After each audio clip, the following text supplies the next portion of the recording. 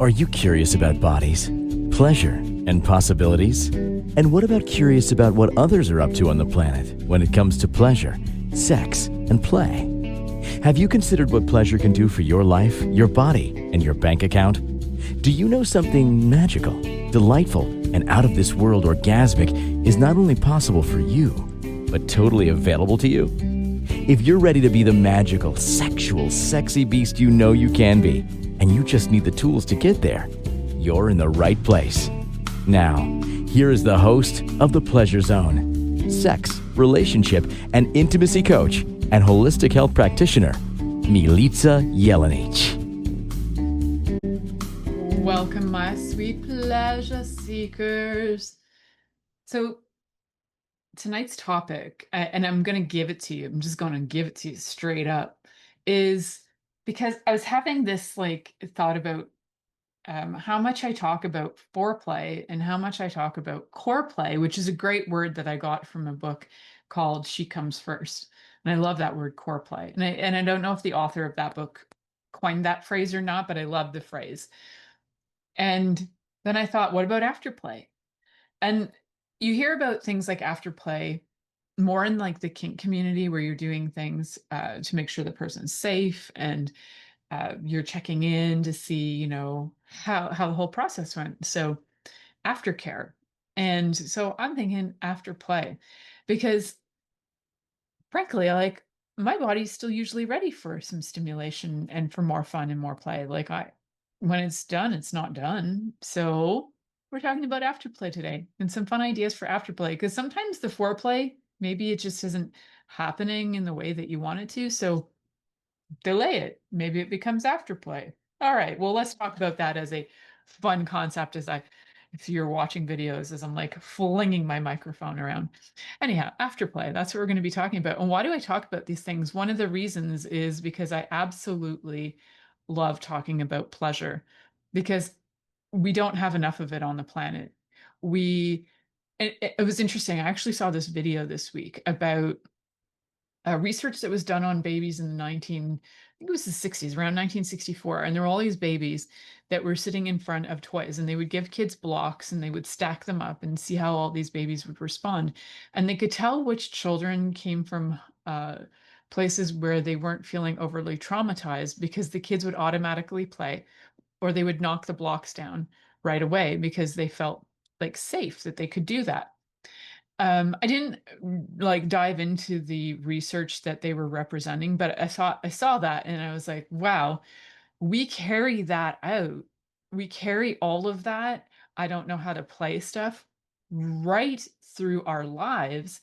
And it's one of those things I create an idea for a show, and then the whole week leading up to it, my life, information, things surround it to give me more insight into that. And that particular one with babies who were not able to have fun or play and didn't even want to stack or touch the blocks, even when shown that it was okay or to hold the block, they didn't know what to do with it. They just sat frozen. So they were monitoring these babies and their fight or flight. And these babies, so many of them were frozen and they were all in the polyvagal response of their bodies were not calm. So they were all in some kind of stress reaction to things like play. And I bet if I took 100 adults right now and I sat toys in front of them, I bet you maybe one or two would actually sit and play because so many adults still to this day don't know how to play. These were babies in the 1960s. These are babies who were raised by people who had probably gone through World War II and all the generational trauma that came with that.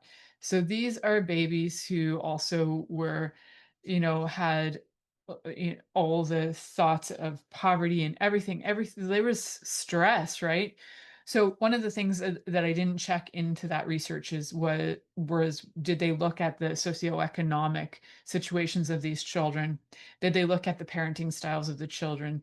They were really looking at this more specifically, that children at that very young age of under the age of 2 we're having massive stress responses to play. And so for me, this thought of afterplay is a great idea. I'm not the one who coined it either, which for a hot minute I thought I was. I'm like, afterplay, what a great word. But then I Google searched it, and there are, people using the terms afterplay and aftercare all over the place. So I did not coin it. Every once in a while, I think, I got coined this. No, I didn't. I didn't coin it. I think I also thought I coined like clit happens, which I had an episode of that recently, but I don't know that I coined it either. I'll have to look that up again. But if I did coin it, I'm making t-shirts, and let me know if you want one. Comments below. All right. So why don't we play? Let's start with that because I think that's like one of the key things. Oh, and why do I talk about this stuff? Yes, I love talking about pleasure because there isn't enough pleasure in the world. I'm also a sex and intimacy coach and a holistic health practitioner. And one of the things that I see coming into my practice all the time is that people have had massive traumas and stresses in their lives, and it's affecting their health, their mental health, their physical health, their relationships, their finances. It's affecting the whole gamut. And we need to switch this up. We need to change this because this is not kind to not only to your own self, it's then it ripples out to everybody you're around. So whether you're, intentionally being mean or unintentionally being mean, it's just a response that you are so used to that you don't know how to do it any other way. And I'm a big fan of being able to change things up. Personally, I've gone from the age of 22, well, actually before 22, I kind of dabbled in having like different experiences in my life with like meditation and things starting at around different things even than that. Now that I'm like backtracking, probably age 12. And I would go for like spiritual advice at the age of 12 on my day off school, and I'd have my $5 in my pocket and I'd go to the local spiritual advisor. Yes, I did do that now that I think about it. And then even tracking back, I was like naturally inclined to put my hands on sick people. So at the age of 2, where I'm talking about these kids who are in the stress response, at the age of 2, my dad had told me that many times I would put my hands on people who were really sick. So when I started doing this work, at first he was a little like, "What?" And then he started to realize, "Wait a second, you've been doing it your whole life." And I was like, "Yeah, okay, that makes more sense." So, as a practitioner, and I've been a practitioner for over 28 years and working with people with various modalities, I have found that one thing people don't know how to do is have fun. Have fun without booze and without the alcohol, without the drugs, without any like extraordinary circumstances going on, right? Like remove the addiction, can you still have fun? And generally, I have found that it's really hard for adults to just have fun. And so I'm a big fan of just have fun. I'm a little dork and I have like toys. I got games in my home. We have Lego, we have puppets, we have crafts. We are the house of play. And I know that a lot of people find that awkward or weird, probably because they've never been able to play. They haven't had the opportunity. They were probably born into a home where there was a lot of stress, that play maybe was messy, especially if you have a parent who is like working really hard and they didn't really want to clean up a mess of play. So you weren't allowed to have play because play was messy. So then you would stop yourself from playing and having fun. That happens. And one of the things to do is you can reclaim your joyful, playful self. It's one of the greatest gifts you can give to the world is your joyful, playful self. And yeah, I just said that. And why that is such a great gift is because it shifts the energy out of trauma and drama. It helps to reset your nervous system. And when you can be in that energy of play and you can play, genuinely play, silly things, fun things, go skip down the road. Like I was skipping through my field the other day. I don't know, sometimes instead of walking, I like to skip. So I just skip. Yes, I was actually skipping down the road the other day towards a cemetery because that's just what people do, right? And I find that it's just more fun to sometimes skip along or whatever. So I do that. And why not? Like what's going to happen? The skipping police are going to come by. Well, actually in Canada right now we do have authorities who are like stopping people from walking. But anyways, that's welcome to Canada. So we have, an opportunity to learn how to play again. We have a choice and we can play in any way we like, whether that's sports. A lot of people will go to sports, which is cool. It also can really increase things like if you're highly competitive, it's going to increase things like your cortisol because that's actually a fight or flight response. So what we're trying to do is community things that would bring you down to calm. So building sandcastles, that's a great one as long as you don't have an aversion to like sand on your hands. um, and doing things that are playful. And if you can do it with more than one person, fantastic. If you're even just playing and it's just solo, as long as you're not making heavy rules and making things like really stressful, then you're good. So play, super, super important. So after play, even with adults, letting that play continue. So you got your foreplay, your core play, which is the all day long, it's part of your life play. And you got the afterplay, which is very intentionally connecting with your partner after the act of sex, the official sex act is finished, and just having fun and playing, like asking your partner what maybe they would like. That's a really good place to start. We could create a whole list of these are the top 10 greatest things you can do for your partner in afterplay. Yes, yes, I can give you some hints and ideas of where to start, and I will. And I like you to get creative because part of that play is being creative and just like seeing what comes up. And you might get stunned and you might get stumped because you're not used to play. And although play is so incredibly healing, afterplay is part of play. And so incredibly healing. It doesn't have to be serious and it doesn't have to have a target because it's after the play. It's after the fact of you've already done the deed, kids. So now what would you like to do? Go have some fun. Play. Where you're going to bring some food in, maybe you're going to connect. You don't even have to make it super serious because yes, we can make it super spiritual and super serious, and that's beautiful. Absolutely. Making all of it very intense and tantric in a certain way. Yes, absolutely. And play. Play is so, so important where it doesn't have a purpose necessarily. There is no target. When you look at little kids playing games, even if they're like playing Barbies, the target isn't necessarily that Barbie must wear 15 outfits in 15 minutes.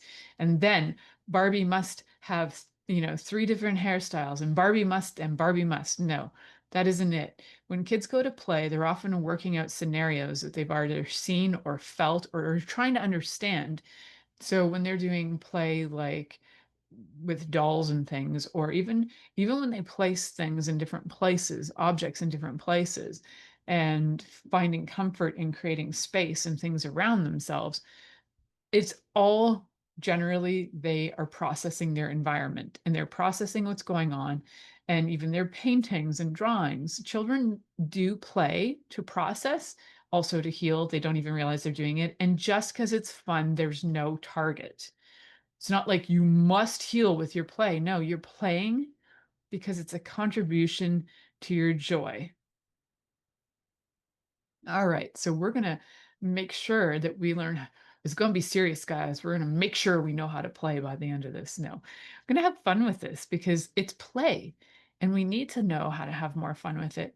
Play should not be significant. And literally, like when I say I have puppets in the home, I will bring puppets wherever I go. And I have dolls from when I was like 8 years old, and they're all in my life. And every once in a while, everyone daily, let's face it, it's daily. I play every effing day. And it may seem odd, but I tell you, it's therapeutic for everybody involved. I mean, some people get freaked out by it because they're like, oh my God, you have puppets and dolls and you have toys in your house, and I'm freaked out by you. Okay, Okay, you might not be my people then. It's okay. I get it. And- but if you are okay with play, you're my people. We're good. We can play. We can have fun and, just be goofy. It doesn't have to mean anything. All right. So moving on into that, think about some things that would actually bring you a lot of joy to play. Maybe it's something as simple as skipping down the road instead of walking to your mailbox. We have mailboxes out where we are, and we have to go to them. Why not skip to your mailbox and have some fun instead of this big chore? I got to walk to the mailbox. Throw some skipping in, and it becomes a heck of a lot more fun. All right, just an idea. So we're going to head to our first commercial break. You're listening to The Pleasure Zone here on Inspired Choices Network, and we'll be right back after this commercial. Are you secretly a voyeur, wondering what's going on in other people's sex lives? What if now is the time for a totally different sexual evolution? Are you interested in people who are pioneers of different sexual and pleasurable practices? Lean in now with Milica Jelenic, where she will entice you and your body to know your own pleasure zone. On the Pleasure Zone radio show, with sex, relationship, and intimacy coach, Milica Jelenic, you'll receive tools, inspiration, and a foundation to allow yourself to receive more in your sex life, and quite possibly other areas of your life as well. Listen for The Pleasure Zone with Milica every Monday at 8 p.m. Eastern Time, 7 p.m. Central Time, 6 p.m. Mountain Time, and 5 p.m. Pacific Time on InspiredChoicesNetwork.com.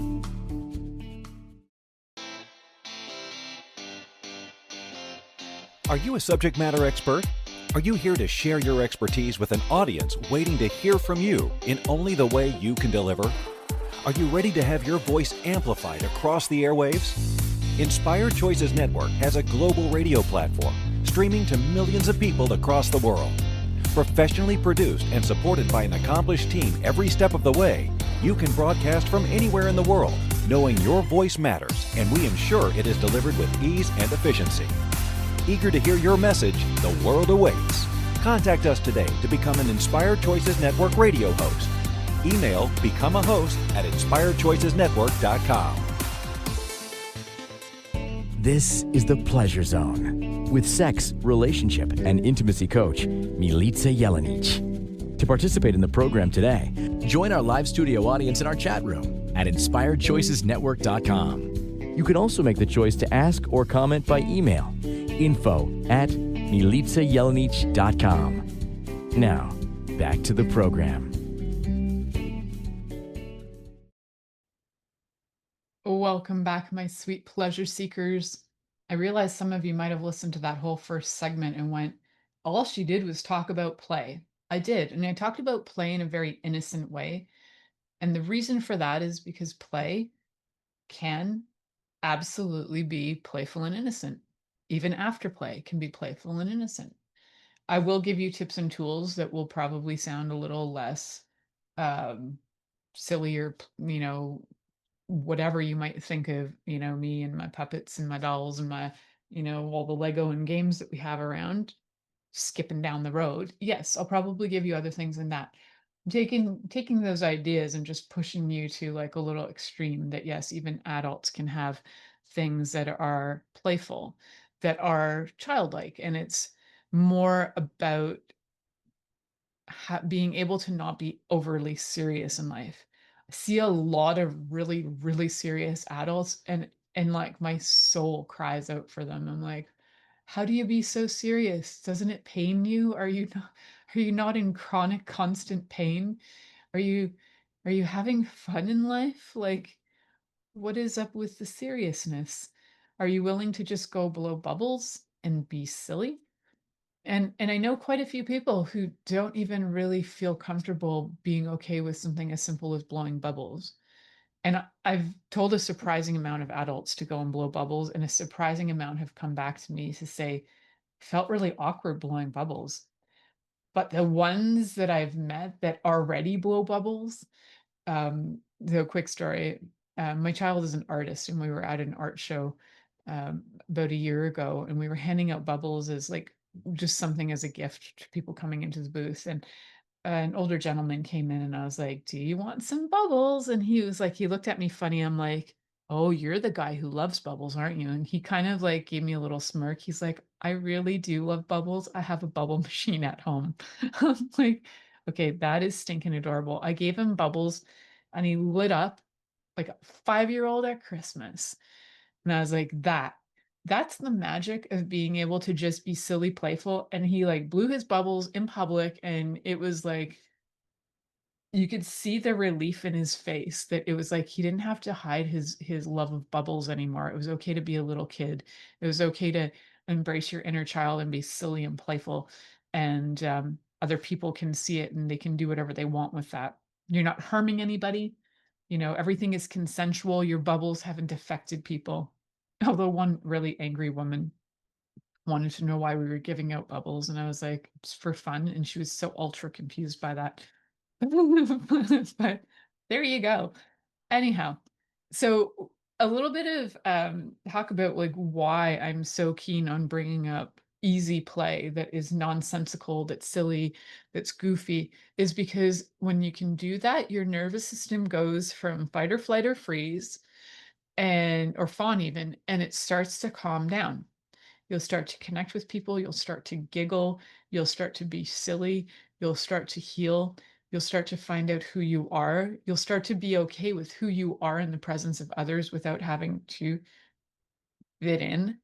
Um, and you don't have to necessarily hide you because you're being playful and you're okay with being playful and you're healing yourself while you do that. And then let's translate that energy over to the bedroom. So when we're really serious about sex, and we go in and we have a regimen and we have step 1, 2, and 3. Step 1, meet the other person at the location where this sex will take place. Step 2, begin to undress. Step 3, approach the other body and try to stimulate the most obvious parts. Step 4, entry. Wherever that entry is happening, you will enter, you will do the job you were there to do, thrust and thrust and thrust again. And then, you know, you're going to thrust back, both of you, gyrating your bodies in a very simultaneous rhythmic motion. Excellent, done. Now you will clean up and exit the room. There you go.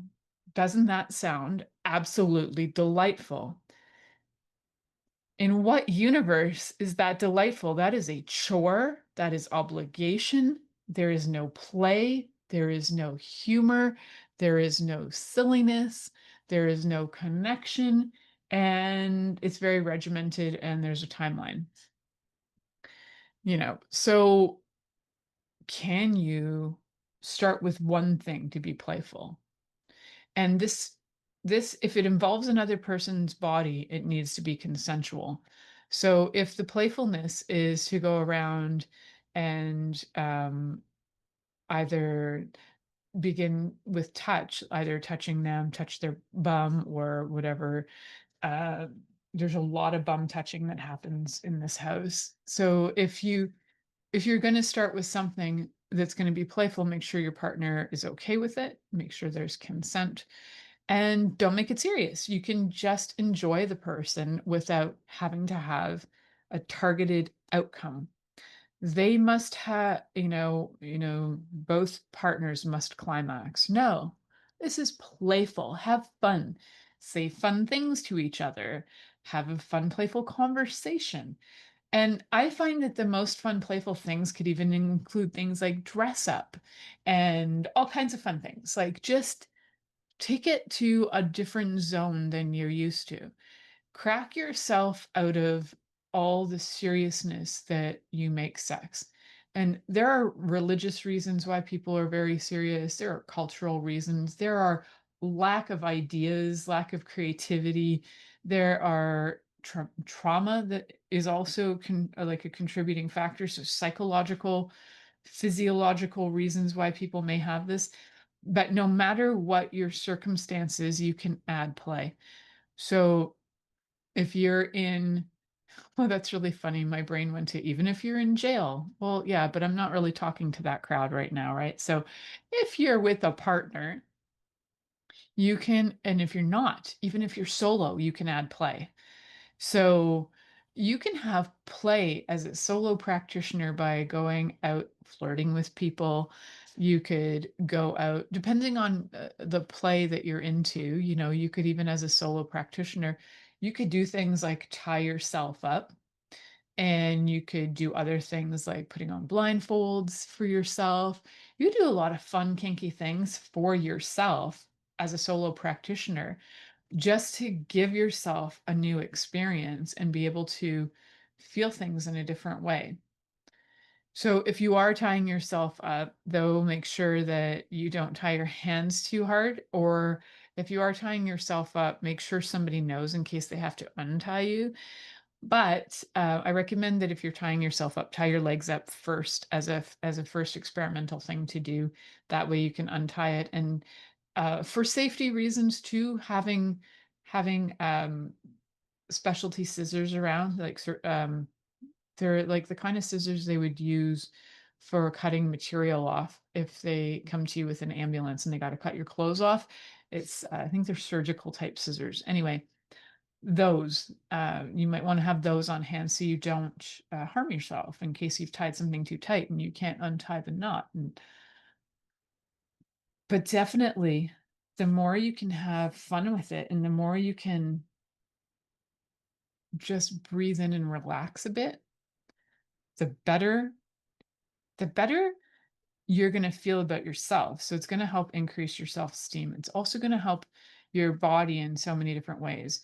You'll probably have better sleep because your nervous system will be relaxed. You're probably also going to have a lot more clarity of mind because you're going to feel like less brain fog going on. When your nervous system is in balance, a lot of other things work. So your digestion works, which can often be a contributing factor to brain fog, along with parasites and things. But that's not my talk for today. But you want to be able to do things that will help your body heal so that you can overall heal, and then you can have more pleasure. Your body always has more pleasure when you're connected and calm. Even if you feel like you're stimulated and you're turned on, if you're turned on from a place of calm, it's even sexier. If you're turned on from a place of fight or flight, you often will have very burnt out sex where it'll happen either very quickly or you won't be able to feel satisfied. There's a lot of stuff that'll happen when you're having like burnout sex or obligation. It'll feel like obligation too. So, one of the reasons we want to do afterplay. So we got foreplay. That's happening before the actual body parts coming together, whether it's oral or anal or vaginal penetration. Some hole is going to get something in it. That's generally how people categorize sex. And then we have core play, which is like kind of that concept of that your whole life, like it's part of your life, whether you started in the morning or you just, for a day you have that, or if it's just how you are all day, every day. And then we have the concept of afterplay, which is what you can do with your partner after those body parts have slammed together and you've had, and even if it wasn't 100% gratifying or satisfying, penetrative, some body part goes in a whole kind of sex, the afterplay can be incredibly gratifying. So, one of the reasons to have afterplay is because it will help you connect with your partner. It helps with emotional bonding and it helps with long term desire. If you would like your partner to desire more sex with you, then including things like afterplay so that they feel connected, so you're not just walking away and abandoning them, they will have more desire to want to be with you. They'll feel more connected to you and they'll desire even more connection to you. It'll also bring in like hugging and things as an afterplay, can bring in the oxytocin effect where you start to feel even more connected. Oxytocin is one of those happy hormones, so it'll increase your happiness as well. So, a lot of reasons why people completely don't even have afterplay or never even maybe thought of it is because they figured the act is over. That's all there was to it. That's all we ever learned about is the purpose, the target, and then you hit the target and walk away. So that's one of the reasons. A lot of times is time.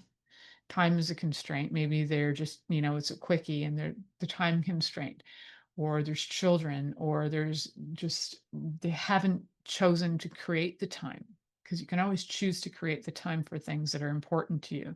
When you choose to create the time for things that are your priority, your life changes.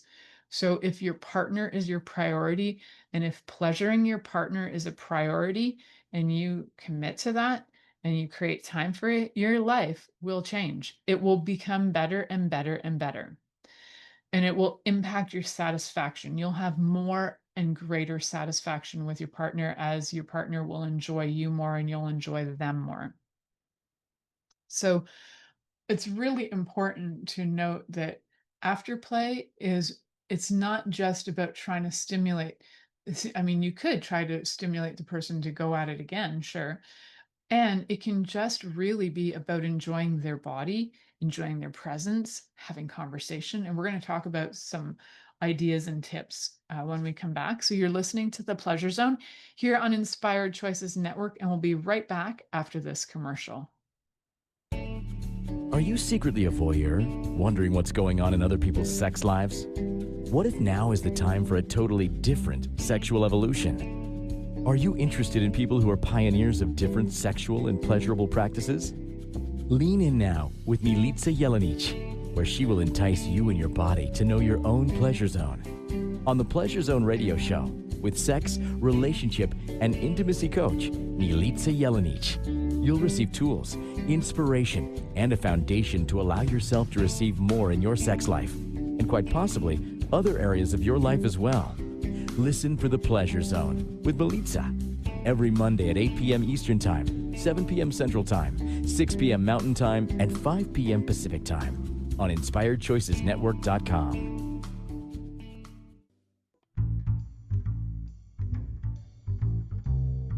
How wonderful would it be to carry your favorite Inspired Choices Network host with you throughout your day? Well, now you can. Inspired Choices Network now has its very own mobile app. Our free app offers live streaming shows, along with thousands of podcasts and TV episodes. Our shows cover a wide variety of topics. Whether you're waking up with us, carrying us through the day, and taking us to bed with you, we're always here for you to enjoy. We're easy to find. Just search for Inspired Choices Network in the Apple App Store or Google Play Store. This is The Pleasure Zone with sex, relationship, and intimacy coach, Milica Jelenic. To participate in the program today, join our live studio audience in our chat room at InspiredChoicesNetwork.com. You can also make the choice to ask or comment by email, info@MilicaJelenic.com. Now, back to the program. Welcome back, my sweet pleasure seekers. Tonight we're talking all about afterplay. And I've mentioned in several episodes, I've mentioned the Wheel of Consent. So The Art of Gifting and Receiving, The Wheel of Consent, is a fantastic book. And you can incorporate that either in your foreplay or your afterplay. And there are great ideas in there that I think could be really well integrated into afterplay that are part of the permission for touch. So asking things of your partner like, may I stroke your back while we lay here? And your partner might be like, actually, that sounds lovely. And then you can give guidance. You can either do it your way, or you can say, can you show me in what way you would like me to do that?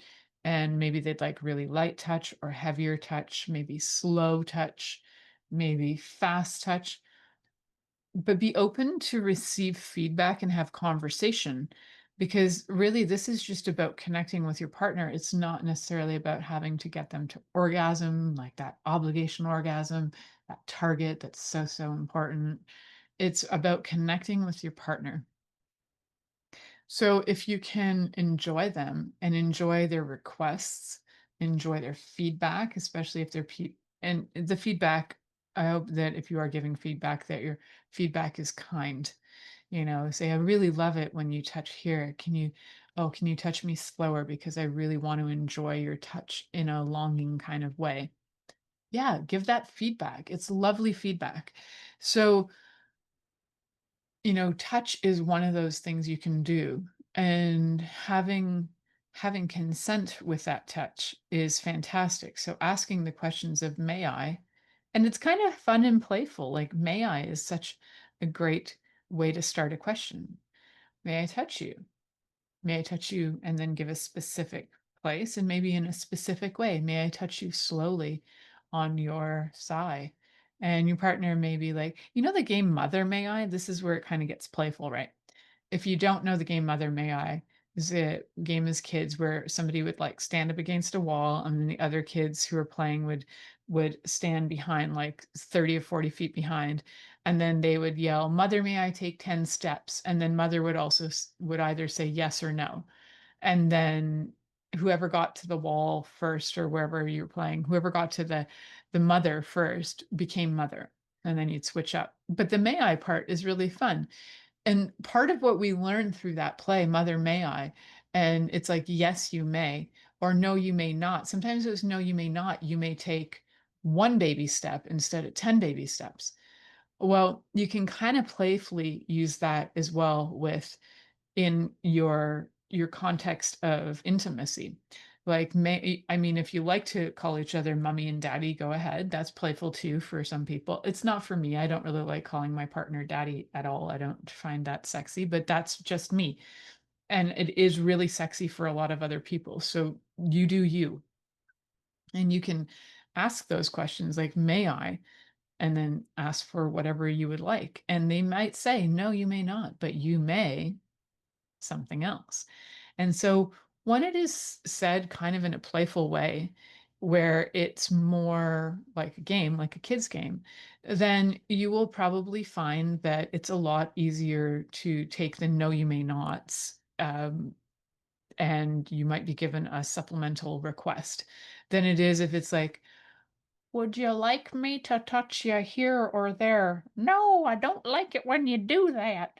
I don't know why I went into old lady accent, but that's me in my old lady accent. It was a little bit of old man and then old lady accent. I don't even know why I did that. But anyway, now you know I was channeling some old people down the road from me, probably.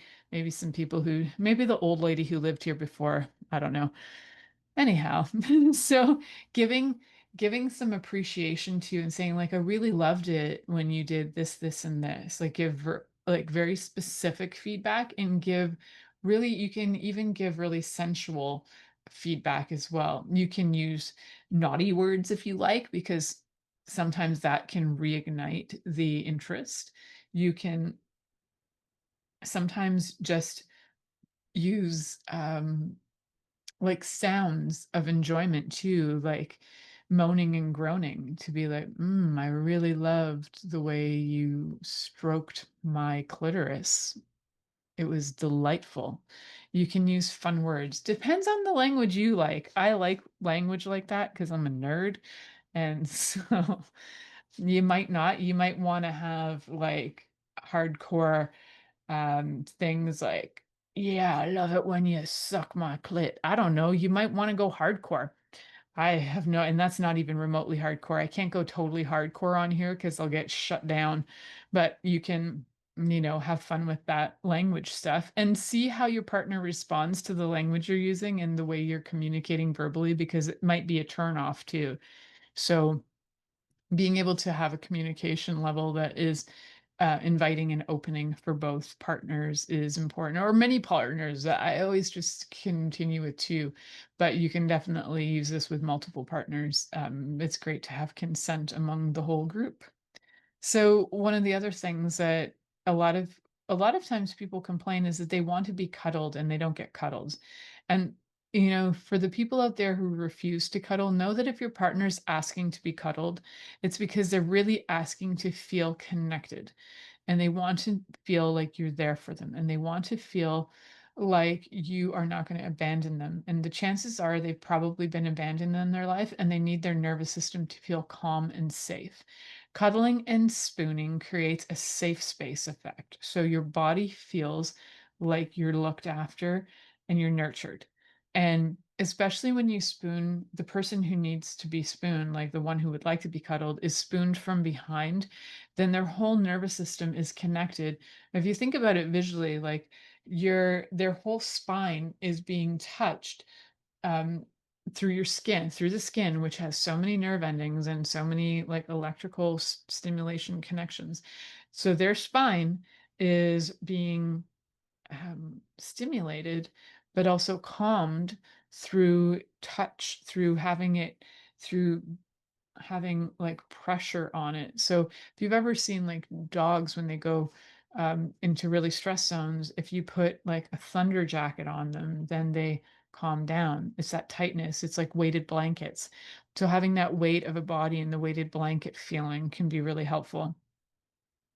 I personally love just uh being like having a human blanket on top of me. I love like the weight of a body. My whole body just like goes and chills out. I love the human blanket effect. So that's a great feeling. And it can calm my nervous system down in seconds having that. So also things like temperature play. Like if you happen to be one of those people who is like getting prepped for having a good fun time, playful, sexy time, and you get like water and snacks and everything in the room, and maybe you didn't use it for foreplay, bring it into afterplay, maybe having a little snack too, some fruit, maybe some whatever floats your boat, turns you on, things that doesn't smell too yuck so that your room still smells yummy and sexy after. Having water to rehydrate is good too, but also water you could use for like a little hot or cold play depending on the temperature of the water. So if it's like a cool water, you can ask your partner if they would like to have some of that either dripped on them, they'd like to drink it, or maybe you have something where you have it in a bottle and you could mist their body so then they feel like a very sweet cooling effect going on. Lots of different things that you can do with that for hot and cold play. You can also, if you would like other like kind of temperature play, you can use your hands for warmth, but you can also use lotions if you just want to give a post-coital massage with warming lotions. That absolutely would work too. So know that when you're doing this, you're, make sure you have time because your afterplay could be anywhere from 10 minutes to like an hour or two, or that you're there cuddling for hours and just chatting for hours. So make sure that when you're making your partner a priority, that you don't just give them 25 minutes or half an hour. That's not going to be them feeling like they're a priority when other things in your day might take hours to do. You might put more priority into, I don't know, maybe like your gardening than you do into your sex life. If your sex life and your partner is a bigger priority, that amount of time should be going into your partner. So especially if they're one of their fundamentally big love languages is touch and or quality time, because this doesn't necessarily have to be just about touch. It can just be quality time. You don't even have to necessarily be touching each other. You could be looking at each other. You just spend time looking at each other in the eyes and talking about things. It could even not even be, I mean, a lot of people like want you to keep it to relationship oriented stuff, but you could even talk about politics if politics turns you on. Talk about things that you're both interested in, catching up on things. It's a great time for all kinds of communication. And it's a really great time, especially for communicating happy feedback and things that you love about your partner. So communicating all things to do with the love language of, oh, what is that one called? Um, the one with words of affirmation. That's the one I'm thinking of. So, yeah, if you can bring in words of affirmation for your partner, that'll be great too. And that way they feel loved and they feel appreciated and they feel seen. So, we mentioned a few things in the last segment that you can bring into for your afterplay. So when I'm talking about afterplay, like you can actually bring in play. For example, there are many, many, many sex games out there. You could get sexy dice and roll your chances for what are you going to do next time? Or you could create your own sexy dice with afterplay ideas on it. So if you have two dice, and each with six sides, you can use some of these ideas that I've given to you. You can buy dice at like the dollar store if you live in a country with a dollar store and write your own ideas on there. Have your own homemade sexy dice, and you can just get playful. Roll those dice after and have fun seeing what would we do next, or discussing. Even you can roll the dice and just giggle and laugh about the fun things you could do, if you involved um ice cream and somebody's butt cheeks. I don't know, like however you guys want to make the dice. You could have things on one side, body parts on another. You could have actions on one, toys on another. You could get 10 dice if you want and have all kinds of fun things. Tell stories and have fun. It's about fun, guys. Okay, I need to head to my last commercial break. You're listening to The Pleasure Zone here on Inspired Choices Network, and we'll be right back after this commercial. Are you secretly a voyeur, wondering what's going on in other people's sex lives? What if now is the time for a totally different sexual evolution? Are you interested in people who are pioneers of different sexual and pleasurable practices? Lean in now with Milica Jelenic, where she will entice you and your body to know your own pleasure zone. On the Pleasure Zone radio show, with sex, relationship, and intimacy coach, Milica Jelenic, you'll receive tools, inspiration, and a foundation to allow yourself to receive more in your sex life, and quite possibly other areas of your life as well. Listen for The Pleasure Zone with Milica every Monday at 8 p.m. Eastern Time, 7 p.m. Central Time, 6 p.m. Mountain Time, and 5 p.m. Pacific Time on InspiredChoicesNetwork.com. This is The Pleasure Zone with sex, relationship, and intimacy coach, Milica Jelenic. To participate in the program today, join our live studio audience in our chat room at InspiredChoicesNetwork.com. You can also make the choice to ask or comment by email, info@MilicaJelenic.com. Now, back to the program.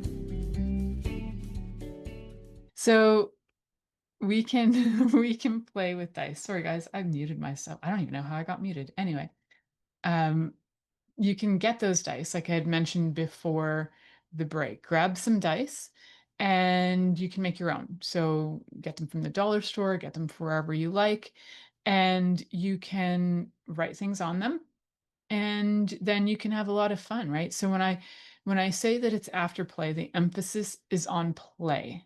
It's absolutely, the emphasis is on play. It's not on whether you're going to get things right or that people are doing things wrong. This is all about experimentation, experiencing, and like just learning new things and having fun.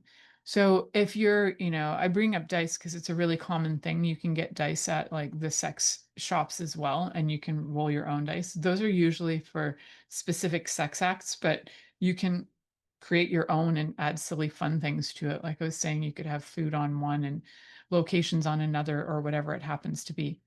Then you can take it to another game level. You can create your own cards, sexy time cards. And I actually thought about creating sexy time cards for a really long time, and I just haven't.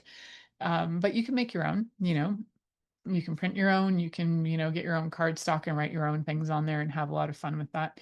Bring in things that are playful and fun. Turn on music and dance after, and connect with your partner by dancing. You could, have the music going. You could have no music going and make your own music and just be fun and silly and playful. And as I'm saying these things, I'm like, I'm like ridiculously playful, as I've done all, like I will just sometimes get up and dance and pretend I'm like doing a strip tease. Like, I don't know, I'm just silly and weird. So um I think as long as you can remember to add play of some kind, there's no obligation to the play, there's no destination to the play. It's sheerly just for the fun of it. And looking after your body after as well, like having water, having snacks, just having some time to breathe together. That's always good too. It's a little bit more connected and serious, like deep breathing together, which is lovely too. And, if you want to have sweet, soft conversations that are about things about that are more serious as well, like maybe something healed for you during that after play. Maybe you felt like more seen or heard than ever, and you want to share that with your partner, then by all means, mix that up. It's important to look at the dynamic of your relationship and what you feel is maybe lacking. If you feel like laughter is lacking, then you need to add some laughter into things, be a little bit more silly, and add something that is going to switch that energy up. If you feel like you're silly all the time and you need more seriousness, then you're going to need to do more of the connecting with eyes and be a little bit more rooted and more, I would say, more physical in a way, like with touch. Or if you need more things that are where you feel like you've been avoiding certain conversations, and maybe this feels like the time that your partner is there and present and can hear you, this is the time you bring up things like that as well. Sometimes bringing up serious things before sex can be a bit daunting, but sometimes it's needed too, because you might not feel like your body can relax enough to enjoy it if you are waiting and you're like your whole brain is considering these important things before sex. And yes, it might ruin the mood. Well, it also might be necessary in order to be able for your body to be present enough to enjoy sex. So, and the foreplay and the afterplay. I would love to hear your ideas on afterplay. Do you practice afterplay in your life? Is it something that you've always done? Is it something that is like a new concept to you? Is it something that you would like for you and your partner to start to do, but you don't know how? So, one of the things with afterplay, and if you want to start to do that, is you can start with simple requests. So, one of the 10 that I've mentioned in this show, which I'll just kind of give you a quick run through. The things that we've mentioned are like breathing, gentle touch, verbal appreciation, spooning, temperature play, having something to drink like tea or water, like hydration, having snacks, playful snacks, could rub the food on each other's body, that sort of thing, having full body contact with cuddling or skin to skin, just like hands to hands, that kind of connection, having silence, having sweet conversations about things that matter to you or things that are silly and playful, or literally playing a game with dice. And you could have also, some people really like to close things off. Like they love ritual with sex. So even having something where you close it off and you acknowledge, maybe you have a shower together and clean up and use a cleanup situation as a ritual as well, to enjoy each other's bodies in the shower, whatever floats your boat. But the most important part is that you're doing this together if you're in partnership, but know that if you're solo, you can still use these rituals for yourself. Get your water, get your snacks, get your stuff going, roll your own dice for play. Go have your bath after maybe you've masturbated, and maybe that'll get you riled up for more fun. And enjoy that time in the bath. Maybe you're get some bubbles going and have lots of fun and get music. I also mentioned dancing. Get that happening. So if you're looking for ideas, start with some of the ones that I've mentioned, because they're going to be a really easy starting point. They're really easy to access, and they're really going to be something that not only can you access, they're going to be easy to have conversation about. It's not like you're doing something super extreme that you've never tried before, or that is so foreign that people would just be like scared of. So know that you can absolutely just begin to have these conversations with your partner, engage them in small things at first, whether it's cuddling or just, discussing what you enjoyed, taking 10 minutes to do that, 10 minutes more. So make sure that you have that time. And then as it grows, you might even take more time. You might end up having half an hour. You might end up having a whole day. You might find that you love afterplay as much as you love foreplay or more. that it becomes so integrated, you do it all the time. And I hope you start. And if you need help, Thank you for choosing to listen to The Pleasure Zone with sex, relationship, and intimacy coach, Milica Jelenic. We'll return next Monday at 8 p.m. Eastern Time, 7 p.m. Central, 6 p.m. Mountain Time, and 5 p.m. Pacific on InspiredChoicesNetwork.com. We hope you'll join us. Until then, have the best week of your life by choosing to be turned on and tuned in to your body.